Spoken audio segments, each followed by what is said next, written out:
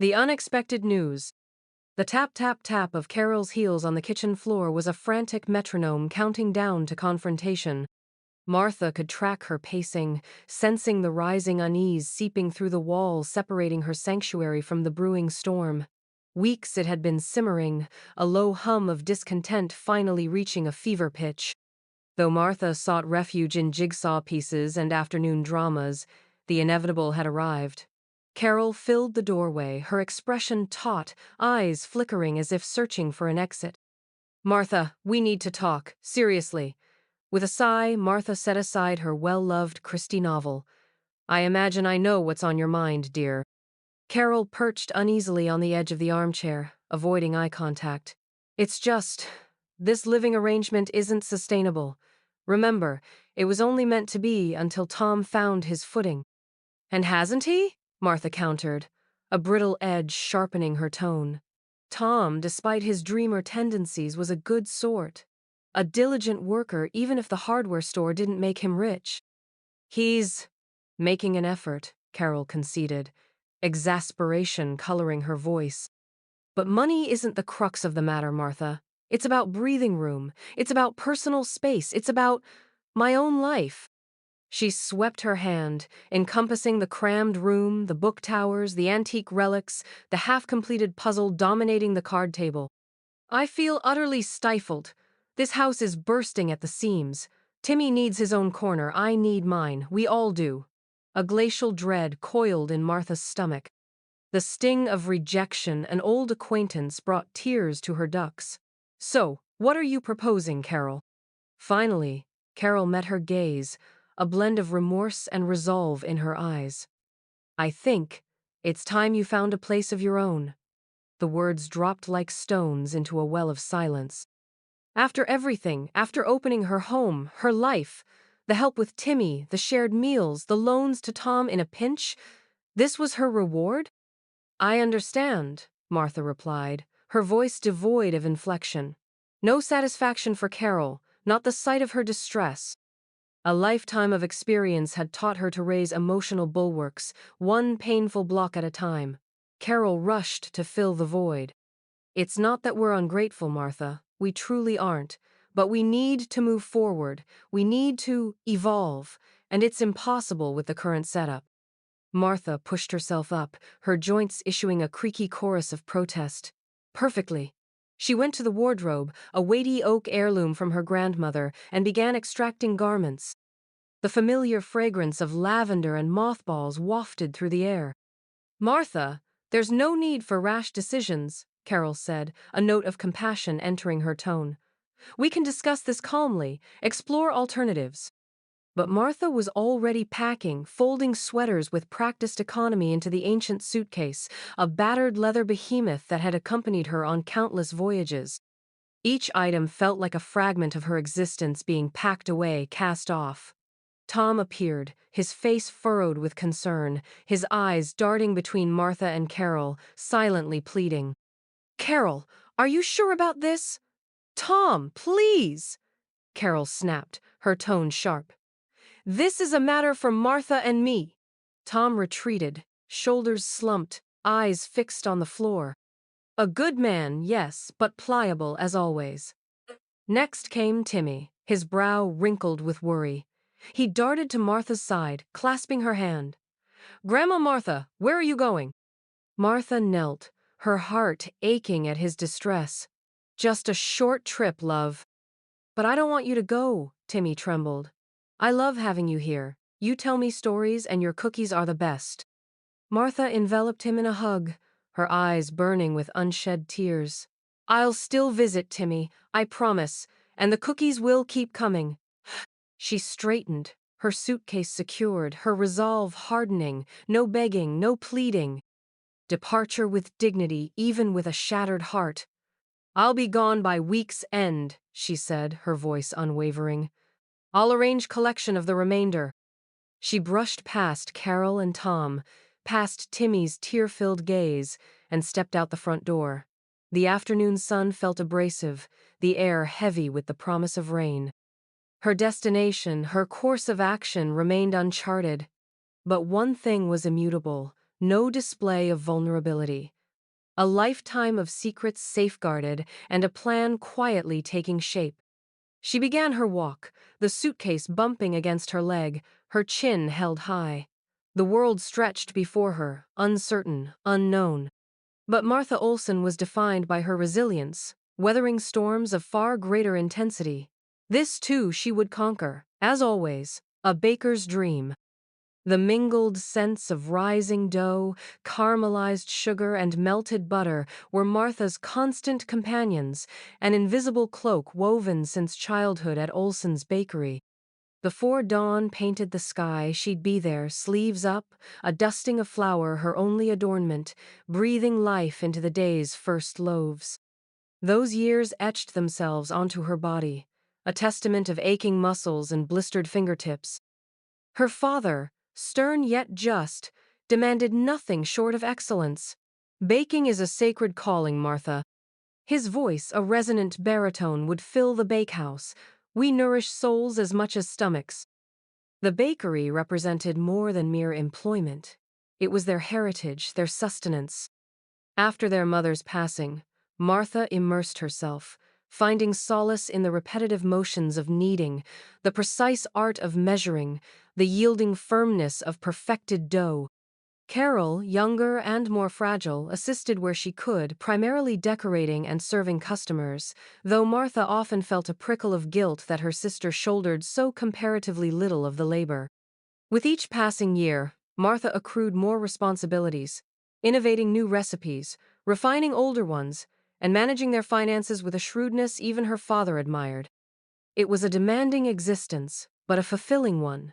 Comfort, not opulence, defined their lives, with the bakery serving as the throbbing core of their community. During those quiet, after hours, as she meticulously cleaned every surface, Martha began diverting small sums from the till. Scraps of each day's earnings, secreted away from watchful eyes. Carol, she knew, dreamt of silken gowns and the allure of the city, visions that demanded capital. Martha resolved to liberate her sister from the confines of their provincial existence, even at the expense of her own aspirations. Initially, she proceeded with caution, depositing meager amounts into an account at the local bank. However, the paltry interest barely kept pace with inflation. Characteristically pragmatic, Martha initiated research into alternative investments. She consumed financial literature, sought counsel from the librarian, and even consulted the notoriously frugal proprietor of the town's hardware store, old Mr. Abernathy. He regarded her with initial skepticism, a woman daring to venture into the realm of finance. Yet Martha, with her quiet conviction and unwavering gaze, ultimately won him over. He instructed her on bonds, the intricacies of the stock market, and the imperative of diversification. Armed with this newfound understanding, Martha started taking measured risks. She invested in promising local enterprises, always meticulously researching, always prioritizing prudence. Over time, her initial savings ballooned, gradually accumulating with each passing year. The discreet bank account was opened under a slight variation of her mother's maiden name, Olson Berg, a decision she weighed for weeks. It felt almost like a betrayal to her father's memory, yet the need to safeguard Carol was paramount. It was a safeguard, a safety net woven of dreams, a guarantee of a brighter future for her sister. She kept the account a secret from Carol. It remained her private burden, her personal sacrifice, her silent declaration of love. Martha knew Carol would protest, likely squandering it on frivolous pursuits. Martha intended for it to be available when Carol truly needed it, for an emergency, for an opportunity that would redefine her life. The weight of the secret was substantial, yet Martha bore it willingly. It was a trifling price to pay for the prospect of her sister securing happiness, even if that happiness required Martha's absence. She only never anticipated that such happiness would be predicated on Martha's absence. The little apartment.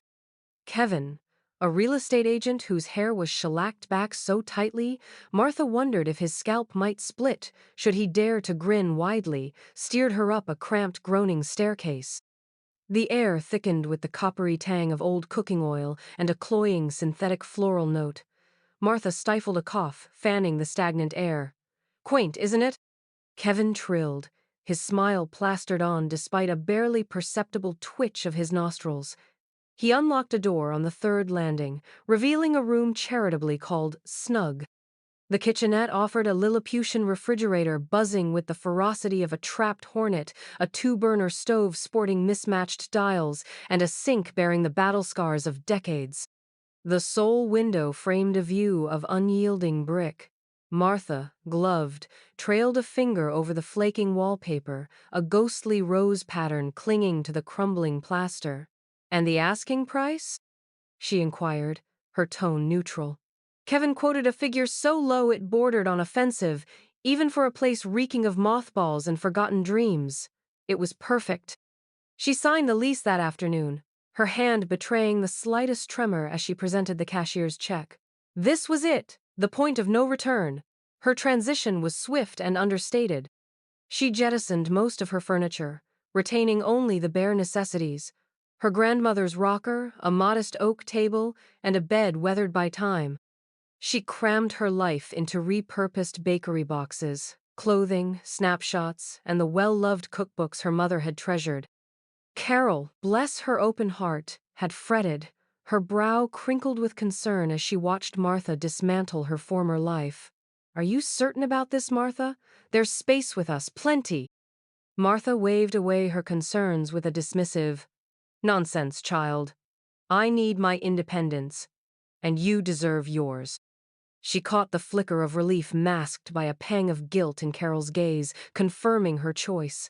The apartment felt even more diminutive with her few belongings crammed inside. The rocking chair, a solitary sentinel of the past, looked out of place amid the cheerless surroundings. Slowly, deliberately, she began to unpack, placing each item with meticulous care. Her mother's cookbooks found their place on the shelf above the stove, their cracked and faded spines a silent chronicle of generations of Olsen women feeding their community. As twilight descended, painting the room in somber hues, Martha settled into the rocking chair, her gaze fixed on the brick wall. Distant city lights winked into existence, a brilliant, sprawling constellation of lives she could only observe. The funds were secure, earmarked for Carol's future. A future that would propel her far beyond this sleepy town, beyond the familiar scent of yeast and flour, beyond the confines of Martha's own existence. The impulse to confide in Carol, to unburden herself of this secret, almost overwhelmed her. But she resisted. It wasn't solely about the money itself. It was about affording Carol the freedom to forge her own destiny, unburdened by obligation or remorse. The money was simply a key, a means to unlock her potential, not a constraint. Martha understood Carol, her generous, empathetic nature. If she discovered the money, she'd insist on sharing it, on diverting it to improve Martha's circumstances, and that was the one outcome Martha couldn't permit.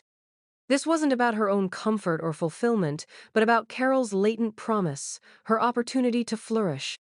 She closed her eyes, the mingled odors of roses and cabbage receding as the rhythmic creak of the rocking chair filled the void. She would remain silent. She would maintain her facade of the crusty, self-reliant old woman who had inexplicably opted for a cramped apartment. She would embody the role, even if it meant sacrificing her own ease and enduring the sympathetic looks of her neighbors. Let them believe what they would. Martha Olsen possessed a secret, a precious hoard concealed in plain sight, and she would safeguard it with everything she had. Her fingers tightened on the worn armrests of the rocking chair. She had a plan, and she would execute it, one chipped rose on the dilapidated wallpaper at a time. The refrigerator's hum, like a disgruntled insect, was the only other sound. It promised to be a very long night. Guilt and leftovers. The lasagna, served on a chipped plate, felt like a leaden burden in Carol's hand, a tangible representation of duty. The ascent up the cramped, poorly lit stairwell had left her breathless, and the air in Martha's place, a peculiar aroma of aged dust and camphor, did little to lift her spirits. She rapped on the door, the sound rebounded in the confined space. "Come in," Martha's voice, gravelly as always, responded from within. Carol nudged the door open. Its hinges emitted a drawn-out complaint. The flat was even more diminutive than she'd expected. The sitting room, if it merited the title, held a worn settee, a miniature, antiquated television balanced on a tower of periodicals, and a solitary, bare bulb suspended from the ceiling, offering a stark, unforgiving illumination. Martha occupied an armchair, its gaudy floral pattern, a jarring contrast to the flaking paint on the wall. She was knitting, her age-spotted hands working with unexpected nimbleness. She looked up, her eyes, though dimmed by time, retaining a keen sharpness. "Carol," she greeted, a hint of something ambiguous in her gaze. "You've brought supper." "Thought you might not feel like cooking," Carol replied, forcing a smile that felt strained.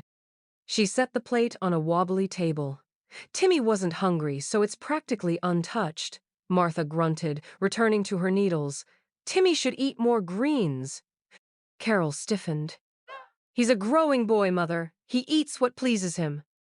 Her gaze swept over the room again, lingering on the time-worn rug and the mismatched furnishings. A tide of guilt, sudden and unwelcome, surged through her. This wasn't right, not for her mother. "Getting on," Martha echoed, her voice devoid of inflection. "It's shelter." Carol squirmed. She knew Martha wasn't prone to sentimentality, but the bleakness of the comment stung. "It's snug," she ventured feebly, regretting the word the moment it left her lips. Martha chuckled, a dry, rustling sound like autumn leaves. "Snug? That's one way to describe it." Silence filled the space, thick and palpable. Carol adjusted her purse strap, avoiding Martha's penetrating look. She wanted to inquire about finances, about Martha's true situation, but the words constricted in her throat. She'd broached the subject once, been met with a vague, dismissive reply, and hadn't pursued it. It was simpler that way. Simpler to pretend everything was fine, that Martha was content and self-sufficient, even as every instinct screamed otherwise.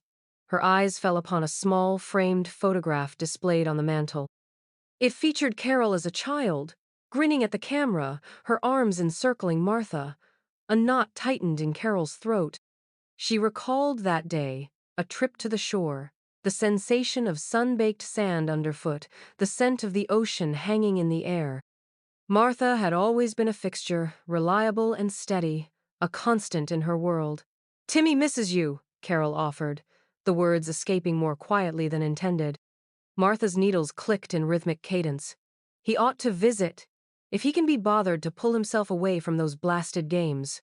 Carol sighed. "He's been occupied with school." Another fabrication. Timmy was occupied with games, avoiding the discomfort of seeing his great-grandmother in her new, distinctly ungrand surroundings. Martha finally looked up, her gaze sharp and assessing. "You're ill at ease, Carol," she stated, her voice hushed. "Why?" Carol recoiled inwardly. She despised Martha's uncanny ability to see through her. I worry," she stammered. "About you. Living here all by yourself." "I'm not decrepit," Martha retorted, her eyes flashing with familiar defiance. "I've lived solo before. I'm capable." Carol recognized that tone, the unyielding stance Martha adopted when she was determined not to yield. Arguing was futile. She rose, seizing her purse. "Well, I should be going. Timmy has baseball tomorrow." Another partial truth. Timmy had a game, but Carol's priority was brunch with friends afterward. "Give Timmy my love," Martha said, her voice softening slightly. Carol nodded, forcing another smile. "I will." She paused at the doorway. "Look after yourself, Mother." "I always do," Martha answered, her attention already returned to her knitting. As Carol descended the staircase, the weight of the lasagna plate felt trivial compared to the burden of guilt pressing on her heart. She knew she should be doing more, she knew she was failing her mother. But the prospect of disrupting her own carefully curated existence, of sacrificing her own comforts and desires, loomed large. It was simpler to leave Martha in her cramped apartment, with her knitting and her mothballs, and maintain the illusion that everything was fine. Simpler, yet fundamentally wrong. Soup kitchen secrets.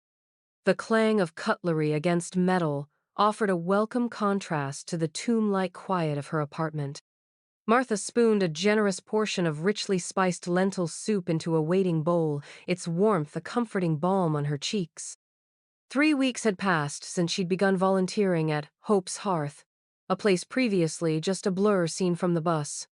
Now it was her refuge. "Top of the morning, Martha," a voice chimed, as bright as a freshly minted coin. It was Maria, the retired schoolteacher radiating perpetual optimism and gifted with a near photographic memory for names.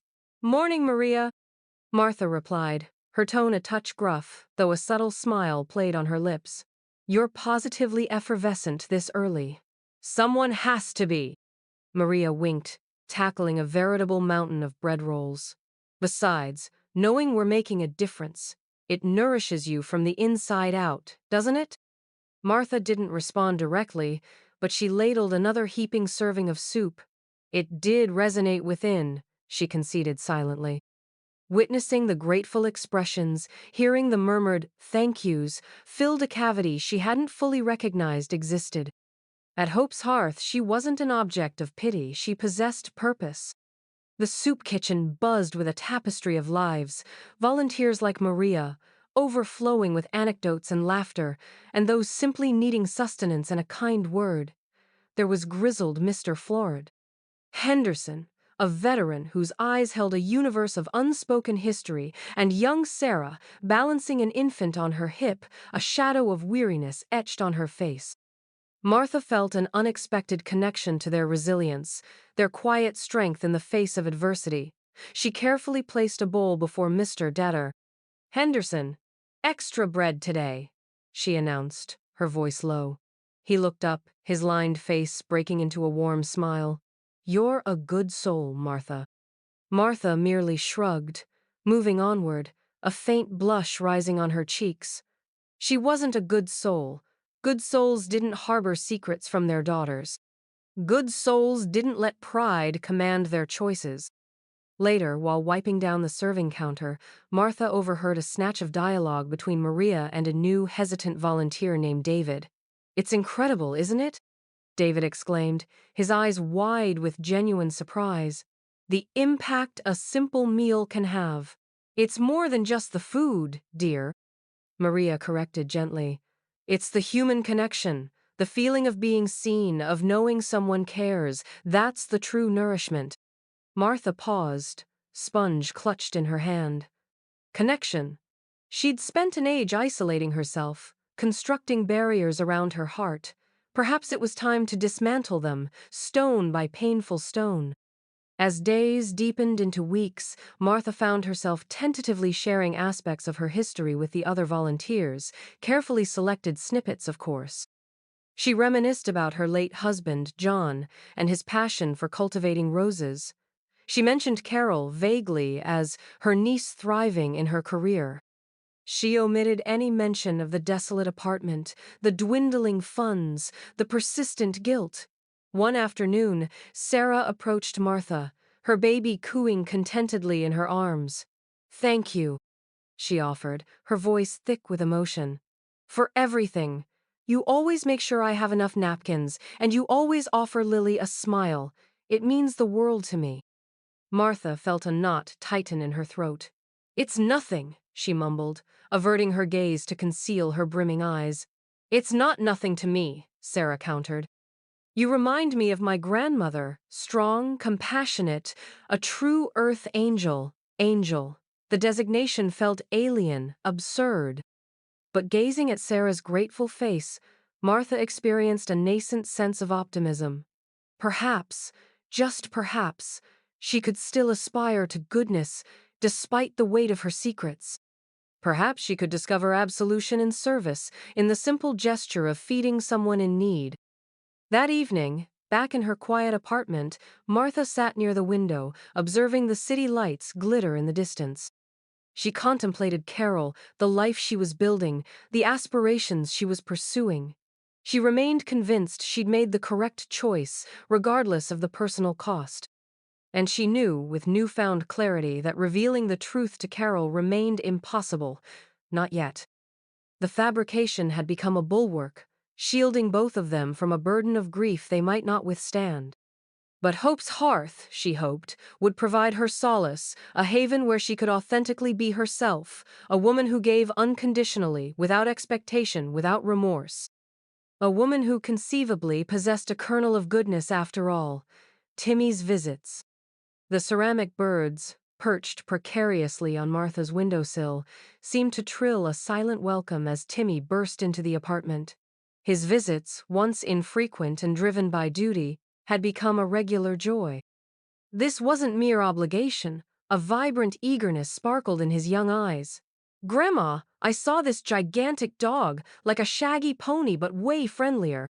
He settled on the floral armchair's edge, legs swinging. Martha, who had been meticulously burnishing her silverware, a relic of a bygone era, offered a gentle smile. "A shaggy pony, eh? Sounds like a Great Dane. Your grandpa used to spin yarns about them. Gentle behemoths, he called them." And so, the afternoon unfurled in shared memories. Martha, typically reserved about her past, found a wellspring of stories for Timmy. She recounted her childhood on the farm. Endless fields of wheat ripening to gold beneath the summer sun, winters spent huddled against the biting cold near the comforting heat of the stove. She spoke of her mother's indomitable spirit, her father's quiet insights, and the simple joys of a life intertwined with the land. Timmy listened, captivated. His generation, so engrossed in screens and instant results, seemed spellbound by a world so markedly different. He peppered her with questions, authentic curiosity lighting his face. "Were you ever bored, Grandma? Just doing farm work all the time?" Martha chuckled, a dry, rustling sound. "Boredom was a privilege we couldn't afford, Timmy. There was always some task demanding attention. Besides," she continued, her gaze softening, "there was genuine satisfaction in seeing the fruits of your labor, an earned feeling of worth you just can't get from a screen." As the sun dipped lower, elongated shadows stretched across the room, bathing the well-loved furniture in shades of amber and gold. Timmy, usually a whirlwind of perpetual motion, sat still, brow furrowed in thought. "Grandma," he began, his voice unusually hushed, "can I confide in you?" Martha placed the silverware aside, her movements measured and deliberate. "Of course, Timmy, you can tell me anything at all." He hesitated, fidgeting with a loose thread on his jeans. "It's about a school assignment. It's about helping people who are struggling. Everyone else is planning the usual stuff, like bake sales and car washes. But I wanted to do something more meaningful." He glanced at her, his eyes shimmering with a blend of hope and anxiety. "I thought about volunteering at the soup kitchen with you, but Mom says I'm too young." A surge of protectiveness washed over Martha. Carol, always so quick to dismiss, so concerned with outward appearances. She clasped Timmy's hand, her own fingers gnarled but firm. "You're never too young to show kindness, Timmy. Your mother is simply being cautious, that's all. But I think it's a genuinely wonderful idea." A slow smile blossomed across Timmy's face, erasing the shadows from his expression. "Really? You think so?" "Absolutely," Martha affirmed, giving his hand a gentle squeeze. "And I'll talk to your mother. Perhaps we can persuade her that lending a hand at the soup kitchen will do you good." Yet, beneath her comforting words, a knot of apprehension tightened in Martha's stomach. Bringing Timmy to the soup kitchen meant potentially revealing her own secret, the carefully maintained illusion she'd constructed. What if he saw her there, handing out food alongside the other volunteers, her hands weathered and her clothes worn? What if he began asking questions she couldn't bear to answer? She pushed the unsettling thought away. Timmy's visit was a rare beacon of light in her increasingly solitary existence. She wouldn't allow her anxieties to extinguish it. "Tell you what," she suggested, forcing a light-hearted tone. "How about I show you how to make my famous apple pie? It's the perfect contribution to a bake sale, or to a soup kitchen for that matter." Timmy's eyes sparkled with excitement. "Could we? I've always yearned to learn how to make a pie." As they headed toward the kitchen, the anticipated scent of apples and cinnamon already permeating the air, Martha felt like she was navigating a precarious high wire. trying to maintain the balance between her longing to connect with her grandson and the ever-present threat of her carefully guarded secret collapsing around her. Job loss and arguments. The office lights, humming a discordant tune, seemed to mock Tom's hurried packing. His meager belongings, Carol and Timmy's smiling faces in a frame, his faithful Star Wars mug, and a dog-eared Lord of the Rings nestled inside a cardboard box. The termination notice, flimsy in his shaking grip, felt like a sentence. Streamlining, the company had called it. A euphemism for failure that stung. The drive home felt longer than usual, the familiar streets lined with unseen menace. Each stoplight brought a fresh wave of dread. He mentally composed and discarded opening lines for Carol, each one sounding more inadequate than the last. He found her in the kitchen, the percussive clang of cookware a jarring symphony against the heavy silence that clung to him. The aroma of rosemary and garlic, usually a comfort, felt oppressive tonight. "Hey," he managed, his voice a thread. Carol spun around, her face alight with expectation, which dimmed as soon as she saw him. "What is it? You look like you've seen a ghost." He presented the box. I lost my job." The light in her eyes died, her mouth tightened, the corners pulling into a hard line. "What? How could this happen?" He stumbled through the explanation, each word laced with humiliation. Corporate buzzwords, restructuring, cutbacks, a meaningless smokescreen. The silence that followed was more punishing than any shouting. Then, the dam burst. "Are you kidding me, Tom? Seriously? Now? With Timmy needing new shoes, the car payment looming, and I just put money down on that new sofa. Carol, please, I didn't orchestrate this." He pleaded, his voice edged with defensiveness. "It wasn't my intention." "Well, maybe if you showed a little more drive, a little more initiative, this wouldn't be happening," she retorted, turning back to the stove with furious energy, stirring hard enough to create a cloud of steam. "Initiative? What do you expect me to do, Carol? Conjure a job out of thin air? I've been breaking my back for this family." A spark of anger ignited within him, a rare act of defiance against her constant belittling. "Clearly not enough," she shot back, refusing to meet his gaze. The argument spiraled, fueled by mutual fear and simmering resentment. Words became weapons, hurled with cruel precision. Carol lamented their shrinking savings, the sacrifices she had made, the social standing she felt slipping away. Tom countered with the weight of her constant criticism, her relentless materialism, her devaluation of his efforts. Upstairs, Timmy huddled on his bed, clutching his threadbare teddy bear. The escalating voices, the sharp edges of their words, were an all too familiar soundtrack to his young life. He pressed his hands against his ears, but the sound seeped through, a cold draft in his small world. Fragments of their argument floated up. "Money, bills, your fault." A knot tightened in his stomach.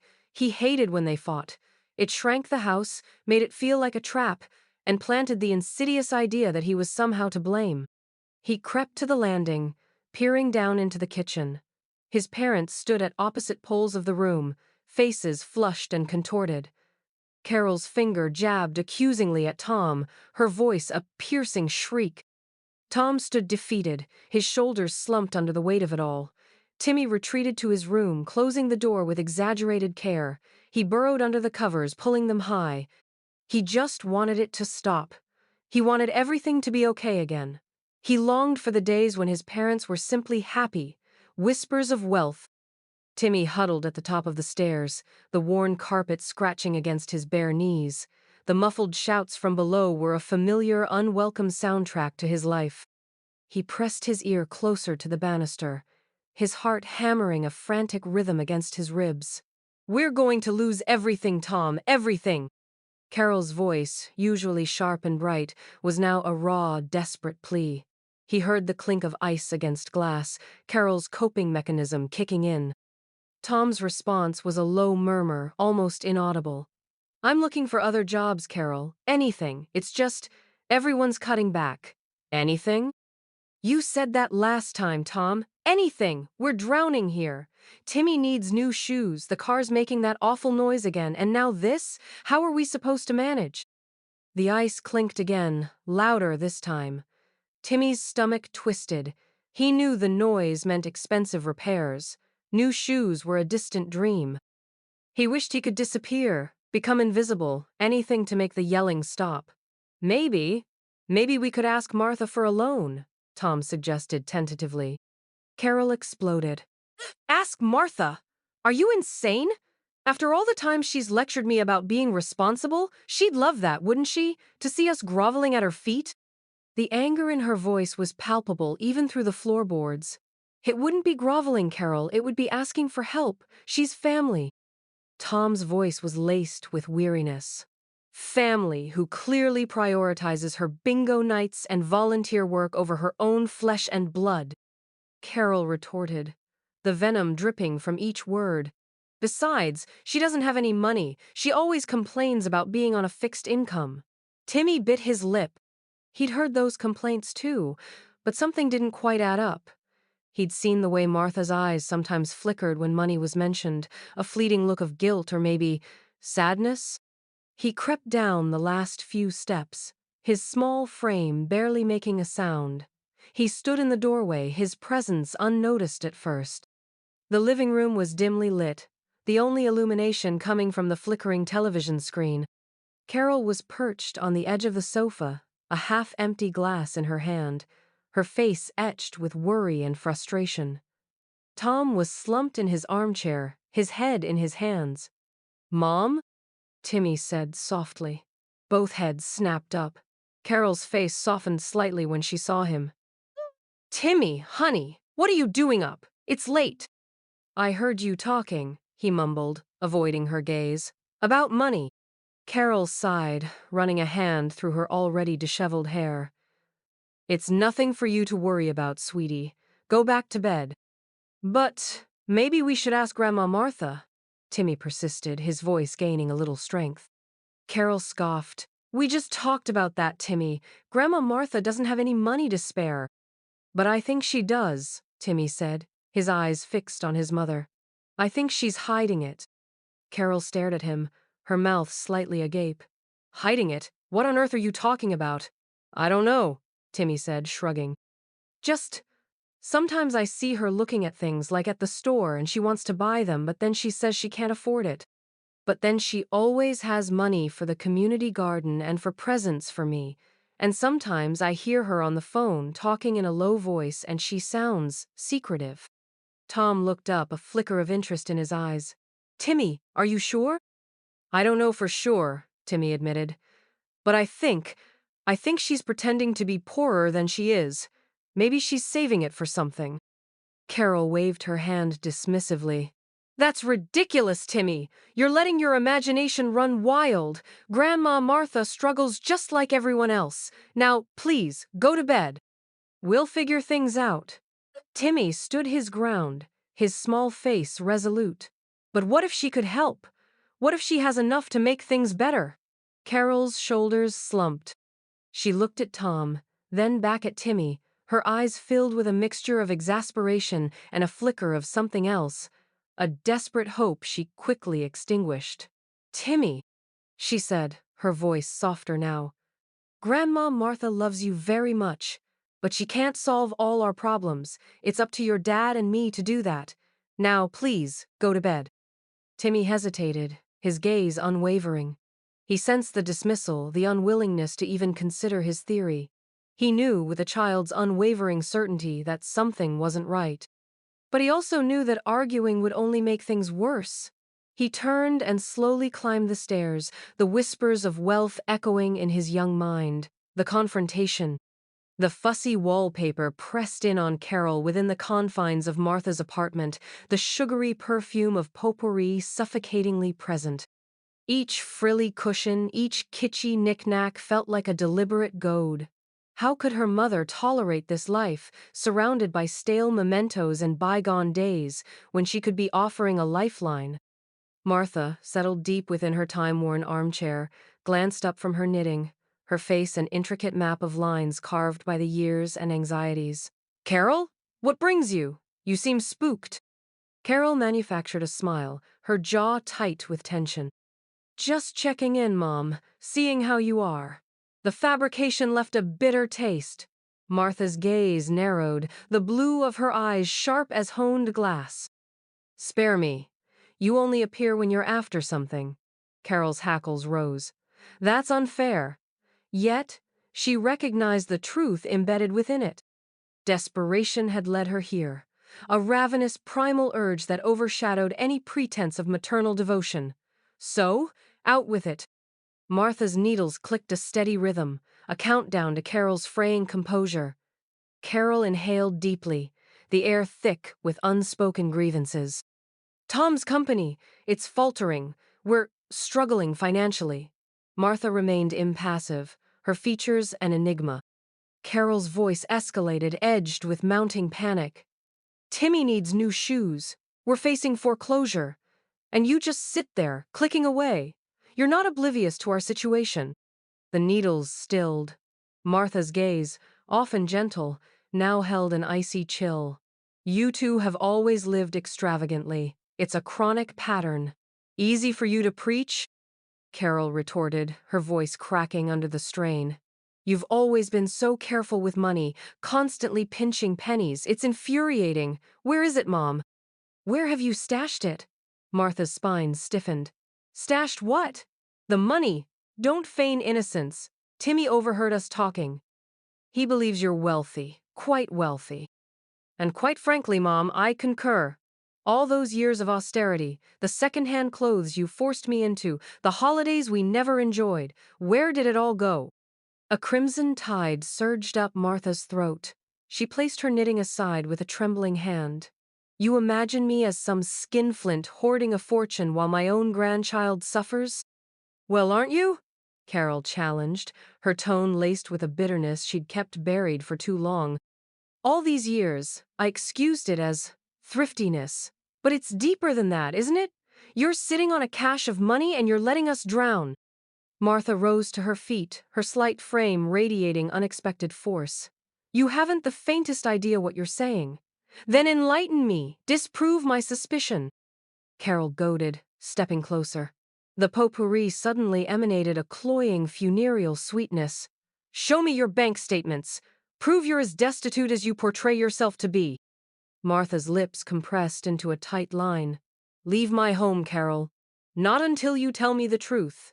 Carol advanced, backing her mother into a corner. Timmy deserves better. He deserves an opportunity. And you're obstructing him, guarding your hidden wealth. Martha's eyes blazed. How dare you?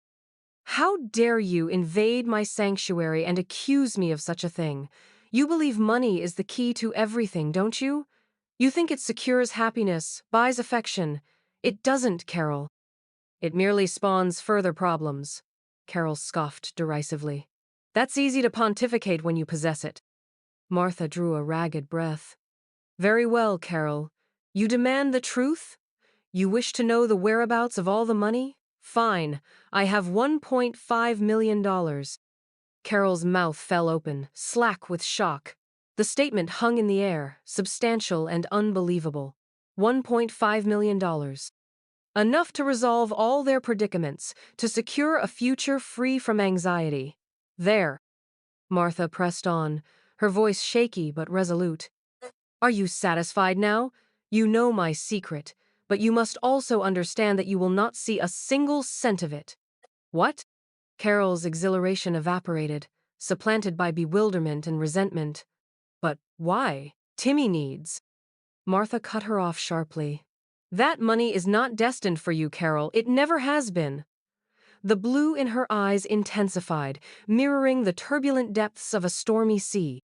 Every penance I made, every cent I squirreled away was for Timmy. But it's earmarked for a trust, to be utilized for his education and, should he demonstrate aptitude, to nurture a business venture of his own. To be managed judiciously, not dissipated on trivial pursuits. Carol stood, rendered mute. The floral wallpaper seemed to taunt her, the potpourri suffocating her. Her own mother, her own kin, had been secretly affluent all this time, and she was being denied. A lesson learned. This isn't an accusation, Carol. Martha's voice softened, the sharp edge of anger dissolving into profound fatigue. She motioned towards the threadbare armchair. Please, sit. Both of you, let me try to explain. Carol, however, remained rooted, arms crossed in a defensive posture, her face etched with lingering bitterness. Tom, ever the conciliator, gently guided her toward the seat. He settled onto it cautiously, his gaze flickering between his wife and Martha, a silent plea for understanding in his eyes. Martha sighed, her gaze drawn to a faded photograph on the mantel, a snapshot of a young Carol, radiating joy, cradling a doll nearly her own size. I watched you grow, Carol.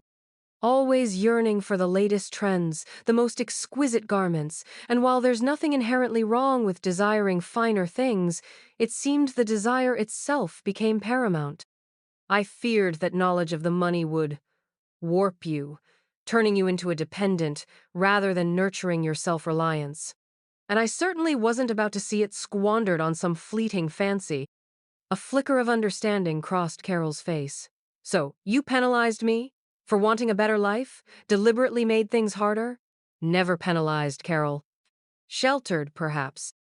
My intent was to instill in you the value of diligent work, of earning your keep, to help you truly appreciate what you possessed instead of perpetually chasing what remained out of reach. Martha paused, her gaze unwavering.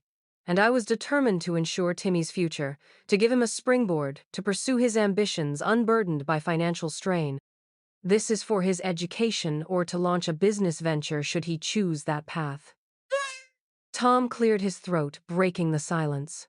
So, the money, it's solely for Timmy's benefit? Precisely, Martha affirmed, her voice resolute. To the last cent. I've established ironclad provisions.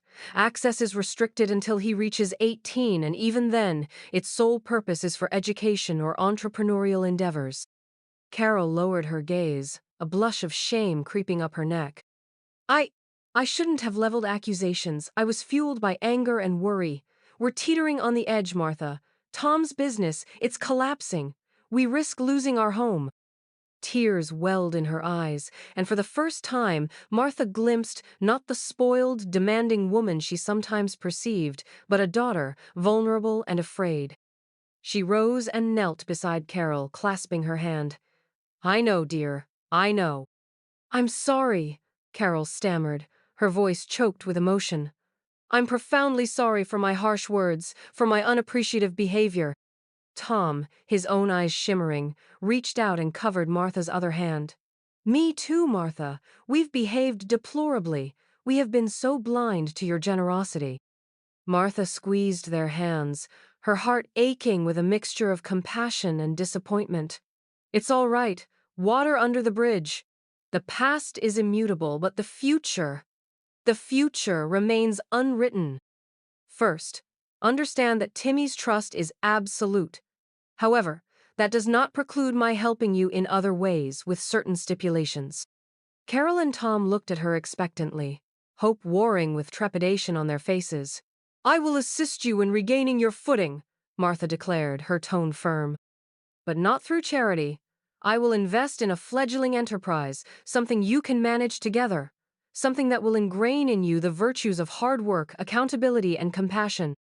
A business? Carol questioned, a note of skepticism coloring her voice. What sort of business? That is for me to determine, Martha responded, a playful spark in her eyes. And there will be rules, stringent rules.